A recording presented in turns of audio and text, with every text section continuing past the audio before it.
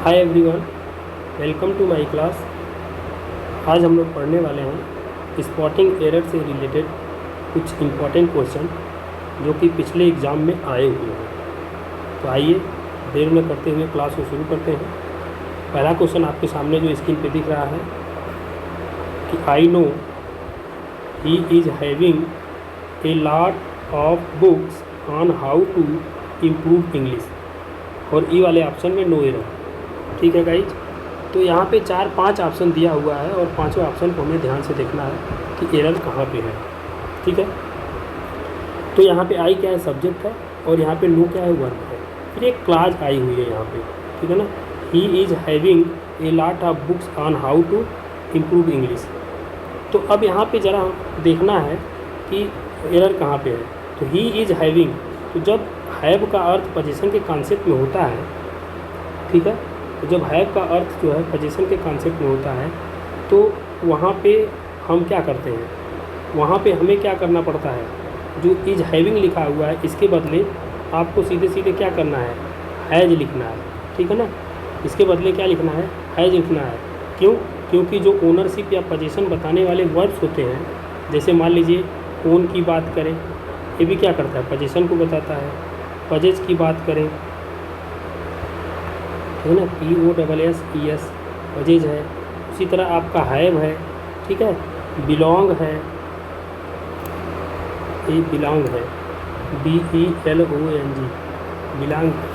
मतलब ये कुछ ऐसे वर्ड होते हैं जिनका प्रयोग आप कंटिन्यूअस टेंस में नहीं कर सकते। ठीक है ना, तब वहाँ पे क्या कंडीशन बनती है, कंडीशन ये बनती है कि सिंपल टेंस में आप इनका यूज कर सकते हैं। तो हैविंग नहीं होगा, वहाँ पे क्या हो जाएगा, ही के हिसाब से यहाँ पे हैज होगा। ठीक है, तो यहाँ पे क्या होगा, तो एरर आपके बी पार्ट में है। तो यहाँ पे एरर आपके बी पार्ट में है। जैसे मान लीजिए एक और एग्जांपल के हिसाब से समझिए, हमने कहा कि ही हैज 2 बुक्स, ठीक, फुल स्टॉप। ये आपका सही है। अगर इसको आपको अभी हैज को आपको जो है अगर हैविंग आप लिख देंगे तो गलत हो जाएगा। जैसे कंटिन्यूअस में ही इज हैविंग 2 बुक्स, ठीक है ना।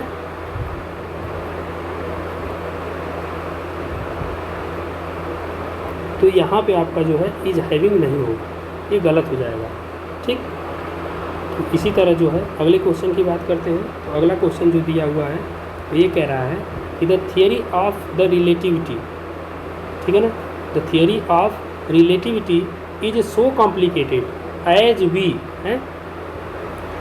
फिर आगे देखिए अगले पेज पे है एज वी, फिर आगे क्या कह रहा है, can not describe it in a few sentences.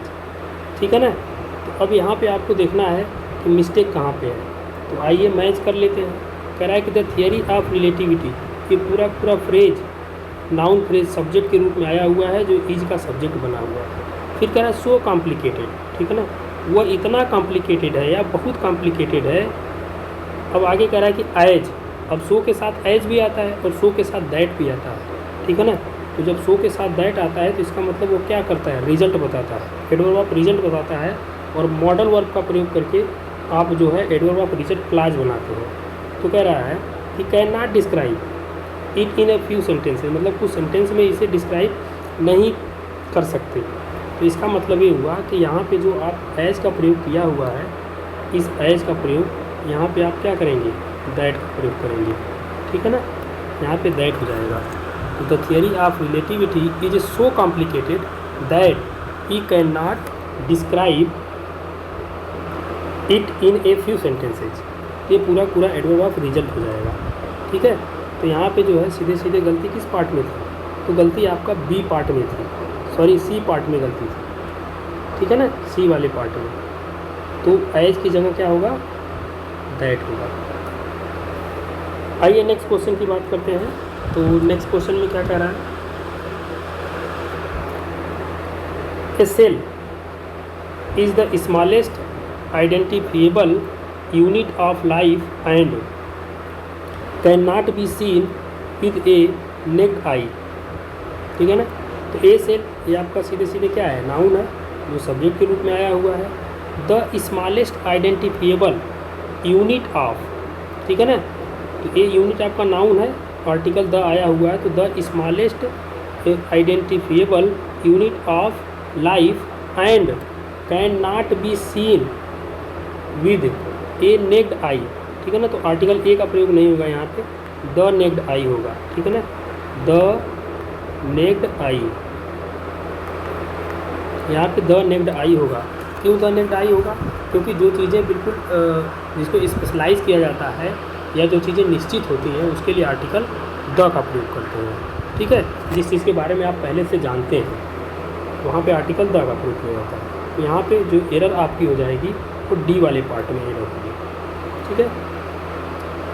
चलिए देखिए फोर्थ नंबर, देखिए फोर्थ नंबर में क्या कह रहा है। फोर्थ नंबर में कह रहा है कि if a student needs advices about career, कह रहा है कि अगर जो एक विद्यार्थी है उसे ज़रूरत है, और किस चीज़ की ज़रूरत है, एडवाइसेज मतलब सलाह की बात कर रहा है, एडवाइसेज अबाउट कैरियर, कैरियर के बारे में या करियर से संबंधित, he or she should consult the careers officer, ठीक है ना। तो यहाँ पे अगर आपको एरर की बात करें तो आपको एरर दिख रही है, जो एडवाइसेस लिखा हुआ है यहाँ पे एडवाइसेस का प्रयोग नहीं होगा, यहाँ पे किसका प्रयोग हुआ, एडवाइस का प्रयोग हुआ, इसका प्रयोग हुआ, एडवाइस का प्रयोग हुआ। इसका मतलब क्या होता है, एडवाइस का प्रयोग मतलब सलाह के अर्थ में, एडवाइस जो अनकाउंटेबल नाउन है इसका प्रयोग करते हैं सलाह के अर्थ में, ठीक है ना, सलाह के अर्थ में इसका प्रयोग करते हैं, एडवाइसेस नहीं होगा। अब एडवाइसेस का प्रयोग भी होता है लेकिन इसका अर्थ अलग होता है, जैसे कोई इन्फॉर्मेशन हुई बिजनेस से रिलेटेड इन्फॉर्मेशन उसके बारे में, तो यहाँ पे सिर्फ और सिर्फ आपका क्या होगा, एडवाइस का प्रयोग होगा, तो बी वाले पार्ट में इधर, बाकी सब सही है। आगे देखिए, आगे फिफ्थ नंबर क्वेश्चन है, दिस मशीन लुक्स गुड, कह रहा है कि ये मशीन कैसी दिखती है, गुड, अच्छी दिखती है, ठीक है ना, बट लेकिन इज़ वेरी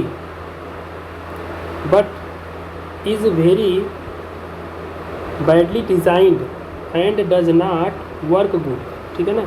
अब देखिए यहाँ पे आपको एरर ढूंढना है, कह रहा है कि दिस मशीन, ये पूरा नाउन हो गया, सब्जेक्ट हो गया, ये लुक्स आपकी वर्ब है, गुड जो है आपका क्या है, लुक्स गुड, ये आपका सीधे सीधे एडजेक्टिव के कॉन्सेप्ट में है। But is very badly design मतलब बहुत बैडली तरीके से क्या की गई है, डिज़ाइन की गई है, एंड और does not work good.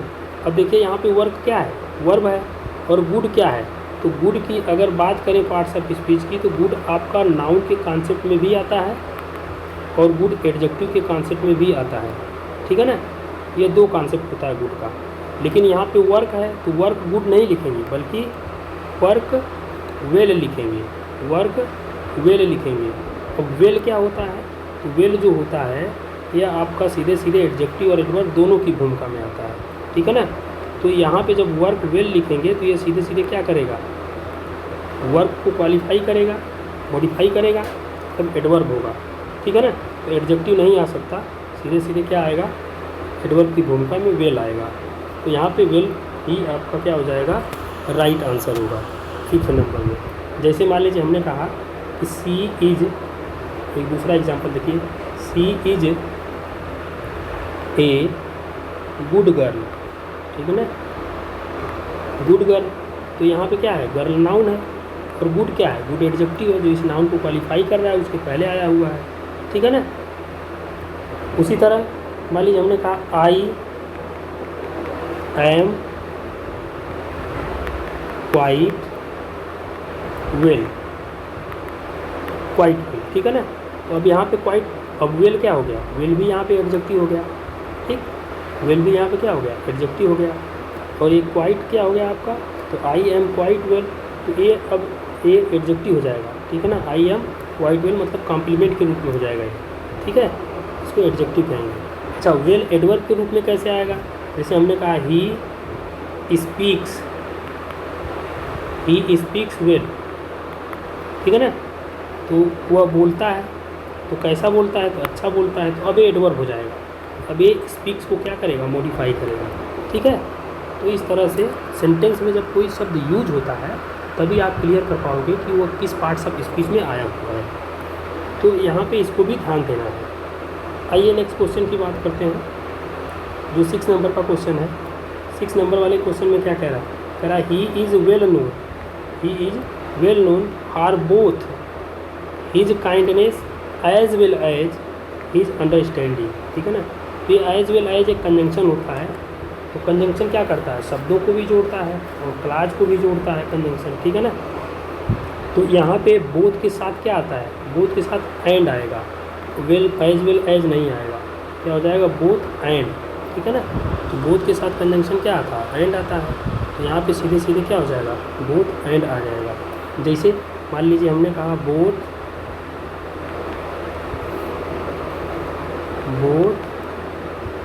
Hari and Sonu. ठीक। तो बोथ के साथ क्या आया? एंड आया। अब एंड क्या कर रहा है? हरी को और इसको सोनू को, मतलब बोथ एंड ये क्या कर रहे हैं? दोनों को ऐड कर रहे हैं। तो हमेशा ध्यान रखिएगा बोथ के साथ जो है एंड आता है। ठीक है। तो यहाँ पे गलती आपकी सी वाले पार्ट में हो जाएगी। नेक्स्ट को देखिए 7 नंबर। 7 नंबर में कह रहा है कि प्लीज़ एक्सप्लेन टू मी, कृपया मुझे एक्सप्लेन करो कि how is a digital computer different from an analogy computer, कि कैसे एक डिजिटल कंप्यूटर डिफरेंट होता है एनालॉगी कंप्यूटर से। ठीक है ना। तो ये आपका जो आगे क्लास दिया हुआ है, मतलब जो सेंटेंस दिया हुआ है, या इंट्रोगेटिव में दे दिया है। ठीक है ना। क्योंकि क्वेश्चन वर्ड के बाद सीधे वर्ब आ गई। ठीक। लेकिन इंट्रोगेटिव में नहीं होगा। ठीक है ना। ये सीधे सीधे किस में होगा? इसके बाद सीधे सीधे अफर्मेटिव असर्टिव सेंटेंस में हो जाएगा। ठीक है। तो ये जो इज है, इज जो वर्ब है, ये यहाँ पे आ जाएगी। मतलब how a digital computer is different from N analogy computer. ठीक है। तो यहाँ पे जो मिस्टेक आपकी होगी वो सीधे सीधे बी वाले पार्ट में होगी। मतलब इंट्रोगेटिव का स्ट्रक्चर दे दिया है, तो इसको असर्टिव वाले स्ट्रक्चर में लिखना पड़ेगा आपको, तभी जाके क्या होगा? सही होगा। तो इज जो है, इज का प्रयोग ए डिजिटल कंप्यूटर के बाद होगा, तब जाके असर्टिव बनेगा। ठीक है ना। जैसे मान लीजिए हमने कहा कि I do not know, ANOW, I do not know when he comes. ठीक है ना। अब हमने कहा कि I do not know when he comes, एक क्लाज हो गई। व्हेन ही कम्स, तो व्हेन हमने लिखा, फिर उसके बाद सब्जेक्ट लिखा, फिर उसके बाद वर्ब लिखा। क्या हम इसको इस तरह से लिख सकते हैं? व्हेन डज ही कम। अगर इसको हम इस तरह से लिखें कि I do not know when, फिर डज आप लिखें, डज ही कम्स। तो अब व्हेन के बाद ये तो इंट्रोगेटिव का स्ट्रक्चर हो गया ना। तो इंट्रोगेटिव का स्ट्रक्चर हो गया तो ये गलत हो जाएगा आपका। तो इस तरह से नहीं लिखा जाता है। ठीक है ना। तो सीधे सीधे आपको क्या करना है? इंट्रोगेटिव के स्ट्रक्चर में नहीं लिखना है, इसको लिखना है आपको असर्टिव के स्ट्रक्चर में। तो इसलिए ये जो इज है इसके बाद चला जाएगा, ये डिजिटल कंप्यूटर के बाद। मतलब आपका कंजंक्शन के तुरंत बाद सब्जेक्ट आ जाएगा, उसके बाद आपकी वर्ब आएगी। ठीक है। तो यहाँ पे एरर जो है बी वाले पार्ट में है। फिर आगे देखिए, आगे जो 8 नंबर का कॉन्सेप्ट है, तो 8 नंबर वाले कॉन्सेप्ट में क्या करना है कि आई विल, ठीक है ना, I will work for you. ठीक। As long as you will pay well. अब देखिए आपका एज लॉन्ग एज, यहाँ पे एक कंजंक्शन है। ठीक है ना। तो एज लॉन्ग एज जो कंडीशनल सेंटेंस में आते हैं, तो कौन कौन से कंजंक्शन आते हैं? जो क्लाज में आते हैं। जैसे मान लीजिए इफ़ की बात करें, ठीक ना, व्हेन भी आता है। ठीक।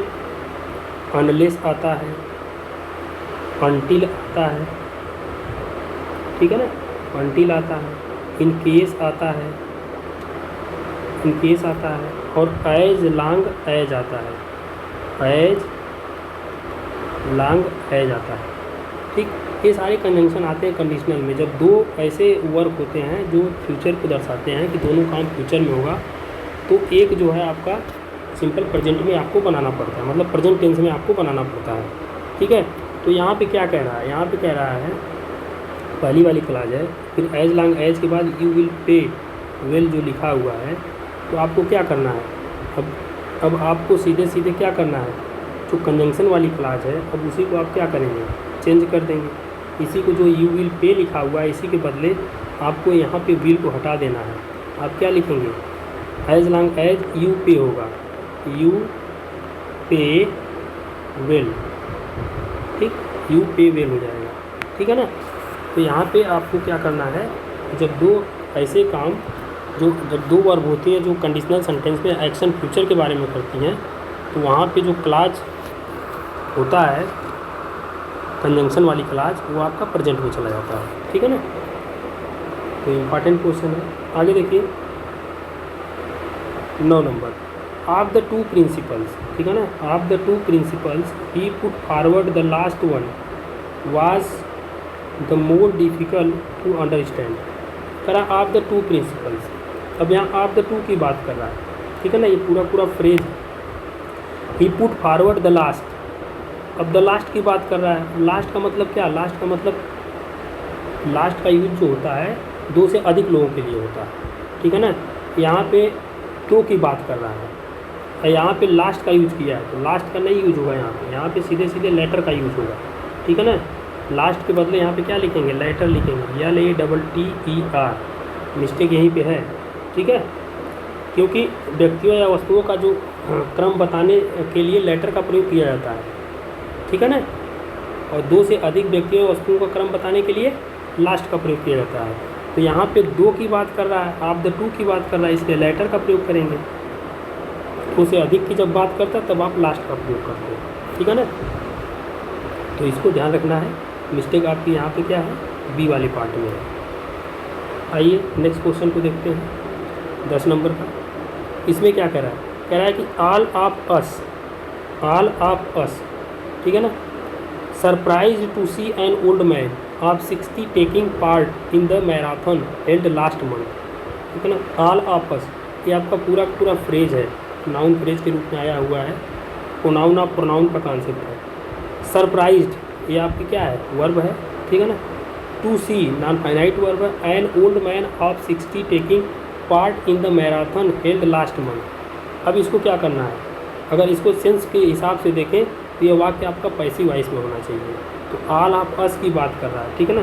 तो ऑल की अगर हम बात करें तो इसका प्रयोग दो तरह से होता है, एक थिंग्स के लिए होता है, वस्तुओं के लिए, एक पर्सन के लिए होता है, ठीक है ना। जब पर्सन के लिए इसका प्रयोग करेंगे तो वर्ब आपकी प्लूरल आएगी, और जब थिंग्स के लिए करेंगे तो वर्ब सिंगुलर आएगी।